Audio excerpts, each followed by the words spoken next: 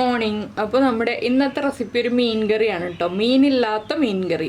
അപ്പോൾ നമ്മൾ പല വെജിറ്റബിൾസ് ഉപയോഗിച്ച് മീനില്ലാത്ത മീൻ കറി ഉണ്ടാക്കാറുണ്ട്. ഇന്നത്തെ കറി എന്ന് പറഞ്ഞിട്ടുണ്ടെങ്കിൽ വെണ്ടയ്ക്ക മീൻ കറിയാണ്. അപ്പോൾ വെണ്ടയ്ക്ക ഉപയോഗിച്ച് നമുക്ക് എങ്ങനെയാണ് മീനില്ലാത്ത മീൻ കറി തയ്യാറാക്കുന്നതെന്ന് നോക്കാം.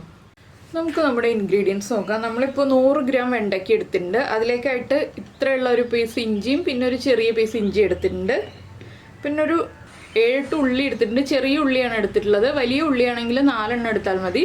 അതുപോലെ തന്നെ നമ്മൾ ഒരു പീസ് കുടംപുളി എടുത്തിട്ടുണ്ട്. പുളിക്കനുസരിച്ച് നിങ്ങൾക്ക് കുടംപുളി എടുക്കാം. അപ്പോൾ ആദ്യം നമുക്ക് ഈ വെണ്ടയ്ക്ക ഒന്ന് ചരിച്ച് കട്ട് ചെയ്തെടുക്കാം. നീളത്തിലല്ല കട്ട് ചെയ്യുന്നത്, ഇതൊന്ന് ചരിച്ചാണ് കട്ട് ചെയ്യുന്നത്. അത് നിങ്ങളുടെ ഇഷ്ടം പോലെ കട്ട് ചെയ്യാം കേട്ടോ. ഞാൻ ഇതിൻ്റെ ഭംഗിക്ക് വേണ്ടിയിട്ട് ചരിച്ചൊന്ന് കട്ട് ചെയ്യുന്നതേ ഉള്ളൂ. പിന്നെ നമുക്ക് ആവശ്യമുള്ളത് തേങ്ങാപ്പാലാണ്. തേങ്ങയുടെ 1/4 പാൽ, ഒരു 3/4 കപ്പ് വേണം. ബാക്കിയുള്ളതൊക്കെ നമ്മുടെ വീട്ടിലുള്ള പൊടികളൊക്കെ തന്നെയാണ്. തേങ്ങാപ്പാലാണ് ഇതിലേക്ക് എക്സ്ട്രാ വേണ്ടത്. ഞാൻ ഈ വെണ്ടയ്ക്ക് ഒന്ന് കട്ട് ചെയ്തെടുക്കട്ടെ. അതുപോലെ ഇഞ്ചിയും ഉള്ളിയും നമ്മൾ ചതച്ച് വെക്കണം. ഇത്രയും കാര്യങ്ങൾ കഴിഞ്ഞിട്ട് നമുക്ക് കറി ഉണ്ടാക്കാൻ തുടങ്ങാം.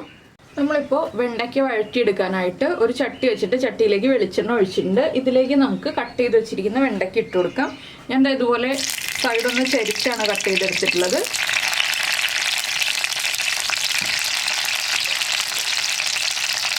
വെണ്ടയ്ക്ക ഇനി ഒന്ന് നന്നായിട്ട് വഴറ്റിയെടുക്കണം. വെണ്ടയ്ക്കയുടെ ആ റോ ടേസ്റ്റൊക്കെ മാറി വരുന്നത് വരെ ഒന്ന് ഇളക്കി കൊടുക്കുക. ഒരുപാട് വെളിച്ചെണ്ണ വേണ്ട കേട്ടോ. നമുക്ക് വളരെ ചെറിയ അളവിൽ വെളിച്ചെണ്ണ ഉപയോഗിച്ചിട്ട് തന്നെ ഇത് ചെയ്യാവുന്നതേ ഉള്ളൂ.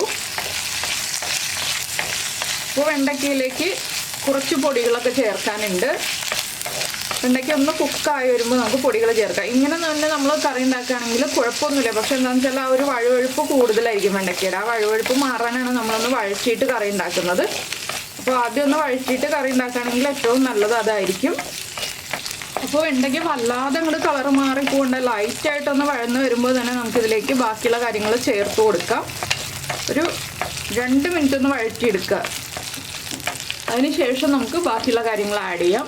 ഇപ്പോൾ നമ്മുടെ വെണ്ടയ്ക്കയുടെ കളറൊക്കെ ഒന്ന് ചേഞ്ചായി വെണ്ടയ്ക്ക ഒന്ന് വഴന്ന് വന്നിട്ടുണ്ട്. ഇനി നമുക്ക് ഫ്ലെയിം കുറച്ചിട്ട് ഇതിലേക്ക് പൊടികൾ ചേർത്ത് കൊടുക്കാം. ഞാനിപ്പോൾ കാശ്മീരി ചില്ലി പൗഡറാണ് ചേർക്കുന്നത്. കറിക്ക് ഒരു കളർ കിട്ടാനായിട്ട് ഒരു 2 ടീസ്പൂൺ കാശ്മീരി ചില്ലി പൗഡർ. മൺചട്ടിയാണ്, എണ്ണയ്ക്ക് നല്ല ചൂടുണ്ട്. അതുകൊണ്ട് നമ്മൾ ഇട്ടിട്ട് ഉടനെ തന്നെ ഇളക്കി കൊടുക്കാം കേട്ടോ മുളക് പൊടി. ആ എണ്ണയിൽ തന്നെ മുളക് പൊടി കുക്കായി വന്നോളും. നിങ്ങൾക്ക് എരിവനുസരിച്ച് മുളക് പൊടിയുടെ അളവ് കൂട്ടണമെങ്കിൽ കൂട്ടാം. ഞാനിപ്പോൾ 2 ടീസ്പൂൺ ചേർത്തു എന്നേ ഉള്ളൂ. 2.5 ടീസ്പൂൺ വരെ ചേർക്കാം. ഇനി നമ്മൾ ഇതിലേക്ക് ചേർക്കുന്നത് 1/2 ടീസ്പൂൺ മഞ്ഞൾപ്പൊടി. ഇതിലേക്ക് മല്ലിപ്പൊടി ചേർക്കണം എന്നുണ്ടെങ്കിൽ ചേർക്കാം കേട്ടോ. ഞാനിപ്പോൾ മല്ലിപ്പൊടി ചേർക്കുന്നില്ല. ഈ പൊടികളൊന്ന് കുക്കായി വരുന്നത് വരെ നമ്മൾ ഒന്ന് ഇളക്കി കൊടുക്കുക. ഒരു 1/2 മിനിറ്റ് ഉണ്ടെങ്കിൽ നല്ല ചൂട് ചട്ടിയിലേക്ക് പൊടികൾ ഇട്ടിട്ടുണ്ടെങ്കിൽ വേഗം തന്നെ കുക്കായി കിട്ടും. പൊടികളൊന്ന് കുക്കായി വരുമ്പോൾ നമ്മൾ ഇനി ചേർക്കുന്നത് നമ്മൾ കുടംപുളി എടുത്ത് വെച്ചിരിക്കുന്നില്ലേ, അത് കുടംപുളി ഇട്ട് വെച്ചിരുന്ന വെള്ളത്തോടു കൂടി ചേർത്ത് കൊടുക്കുക. പിന്നെ നമുക്ക് എത്ര ഗ്രേവി വേണോ കറിക്ക് അത്രയും വെള്ളം ചേർത്ത് കൊടുക്കുക. നമ്മൾ തേങ്ങാപ്പാൽ ചേർക്കുന്നതാണ്, അതുകൊണ്ട് തന്നെ കുറേ വെള്ളം ചേർക്കേണ്ട. ഒന്ന് വെണ്ടയ്ക്ക കുക്കാവാൻ ആവശ്യമായിട്ടുള്ള വെള്ളം ചേർത്ത് കൊടുക്കുക. ഞാനിപ്പോൾ 1 കപ്പ് വെള്ളമാണ് ചേർത്തിട്ടുള്ളത്. ഇനി ഇതൊന്ന് നന്നായിട്ട് കുക്കായി വരട്ടെ. ഒരു 5 മിനിറ്റ് നമുക്ക് അടച്ചു വെച്ച് കുക്ക് ചെയ്തെടുക്കാം. അതിനുശേഷം നമുക്ക് തേങ്ങാപ്പാലൊക്കെ ചേർക്കാം. അപ്പോൾ മല്ലിപ്പൊടി ചേർക്കുകയാണെങ്കിൽ ഈ ഒരു കളർ കിട്ടില്ല കേട്ടോ. അതുകൊണ്ടാണ് ഞാൻ മല്ലിപ്പൊടി ഒഴിവാക്കിയത്. പിന്നെ നമ്മൾ ഉപ്പ് ചേർത്തിട്ടില്ല. ഉപ്പ് ചേർത്ത് കൊടുക്കണം. വെണ്ടയ്ക്കയ്ക്ക് ആവശ്യമായിട്ടുള്ള ഉപ്പ്, പുളിയും എല്ലാം ഉള്ളതുകൊണ്ട് അത്യാവശ്യം ഉപ്പ് വേണം കറിക്ക്. ഇപ്പോൾ നമ്മൾ ഉപ്പ് ചേർത്ത് കഴിഞ്ഞു. ഇനി നമ്മൾ ചേർക്കുന്നത് നമ്മൾ എടുത്ത് വെച്ചിരുന്ന ഇഞ്ചി ചതച്ചത്, അതുപോലെ തന്നെ ഉള്ളി ചതച്ചത്. നമ്മുടെ മീൻ കറിയിലെല്ലാം നമ്മൾ ചേർക്കുന്ന അതേ കാര്യങ്ങൾ തന്നെയാണ് ഈ ഒരു കറിയിലും ചേർക്കുന്നത്. മല്ലിപ്പൊടി ചേർക്കുന്നില്ല എന്നുള്ള വ്യത്യാസം മാത്രമേ ഉള്ളൂ. ഇനി ഇതൊന്ന് കുക്കായി വരട്ടെ. ഒരു 5 മിനിറ്റ് നമുക്ക് അടച്ചു വെച്ച് കുക്ക് ചെയ്തെടുക്കാം. അതിനുശേഷം നമുക്ക് ബാക്കിയുള്ള കാര്യങ്ങൾ ആഡ് ചെയ്യാം. അപ്പോൾ നമ്മുടെ വെണ്ടയ്ക്ക നമ്മൾ അടച്ചു വെച്ചിട്ട് ഒരു 5 മിനിറ്റ് ആയി. നന്നായിട്ടൊന്ന് കുക്കായി വന്നിട്ടുണ്ട് വെണ്ടയ്ക്കൊക്കെ. ഇത് കണ്ടോ, വെള്ളവും കുറച്ച് വറ്റിയിട്ടുണ്ട്, എണ്ണയൊക്കെ തെളിഞ്ഞു വന്നിട്ടുണ്ട്. ഇനി നമുക്ക് എന്താണ് ചെയ്യേണ്ടതെന്ന് വെച്ചിട്ടുണ്ടെങ്കിൽ ഇതിലേക്ക് ഒരു 2 പിഞ്ച് ഉലുവപ്പൊടി ചേർക്കണം. നമ്മളെല്ലാ മീൻ കറിയിലും ചേർക്കാറുള്ളതാണ് ഉലുവപ്പൊടി. ഉലുവ വറുത്ത് പൊടിച്ചതാണെങ്കിൽ അങ്ങനെ ചേർക്കാം, വെറുതെ പൊടിച്ചതാണെങ്കിലും ചേർക്കാം. ഉലുവപ്പൊടി ചേർത്ത് കഴിഞ്ഞിട്ട് വേണം നമുക്കിനി നമ്മുടെ കറിവേപ്പില ചേർക്കാനായിട്ട്. ഇതൊന്ന് ഇളക്കി മിക്സ് ചെയ്യുക. ഉലുവപ്പൊടിയുടെ ഫ്ലേവറൊക്കെ നമ്മുടെ കറിയിലേക്ക് പിടിച്ചു വന്നോളും. അപ്പോൾ വെണ്ടയ്ക്ക കുക്കായി കഴിഞ്ഞിട്ടുണ്ട്. നിങ്ങൾക്ക് ഇതുപോലെ കുക്കായാൽ മതി. വെണ്ടയ്ക്ക ഇനി വിടർന്നൊന്നും വരണ്ടെന്നുണ്ടെങ്കിൽ ഇപ്പോൾ തന്നെ നമുക്ക് തേങ്ങാപ്പാൽ ചേർക്കാം. ഇല്ലെങ്കിൽ കുറച്ചുകൂടി കുക്കാവുന്നത് വരെ വെയിറ്റ് ചെയ്യാം. ഞാനിപ്പോൾ ഈ ഒരു ഭാഗത്തിലാണ് വെണ്ടയ്ക്ക കറി എടുക്കുന്നത്. അപ്പോൾ ഇനി ഫ്ലെയിം കുറയ്ക്കുക. ഇതിലേക്ക് നമ്മൾ എടുത്തു വെച്ചിരിക്കുന്ന തേങ്ങാപ്പാൽ ഫ്ലെയിം കുറച്ചിട്ട് ഒന്ന് ഇളക്കിക്കൊണ്ടിരിക്കുക. അതിനുശേഷം തേങ്ങാപ്പാൽ ഒഴിച്ചു കൊടുക്കുക. തേങ്ങാപ്പാൽ പിരിയാതിരിക്കാനാണ് നമ്മൾ ഇളക്കിക്കൊണ്ടിരുന്നിട്ട് ഒഴിച്ചു കൊടുക്കുന്നത്. ഇനി നമുക്ക് ഫ്ലെയിം ഓഫ് ചെയ്യാം. ഈ ചട്ടിയുടെ ചൂടിൽ തന്നെ തേങ്ങാപ്പാൽ ഒന്ന് ചൂടായി വന്നോളും.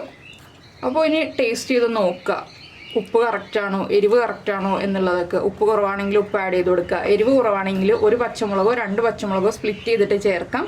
ഈ കറി ഒന്നുകൂടി ഒന്ന് ചെറുതായിട്ട് കുറുകി വരും കേട്ടോ. എന്താണെന്ന് വെച്ചിട്ടുണ്ടെങ്കിൽ തേങ്ങാപ്പാലൊന്ന് ചൂടായി വരുമ്പോൾ കറി ഒന്ന് അളവ് കുറയും. കറി ഒന്ന് അളവ് കുറയും വെച്ചിട്ടുണ്ടെങ്കിൽ ഒരുപാട് അളവ് കുറയല്ല, ചെറുതായിട്ടൊന്ന് കുറുകി വരും. തേങ്ങാപ്പാൽ കുറുകി വന്നോളും. പിന്നെ നമ്മൾ ഇനി ചേർക്കാൻ പോകുന്നത് വീണ്ടും കറിവേപ്പിലയാണ്. ഫ്ലെയിം ഓഫ് ചെയ്ത് വെച്ചിട്ടാണ് ഈ കാര്യങ്ങളൊക്കെ ചെയ്യുന്നത്.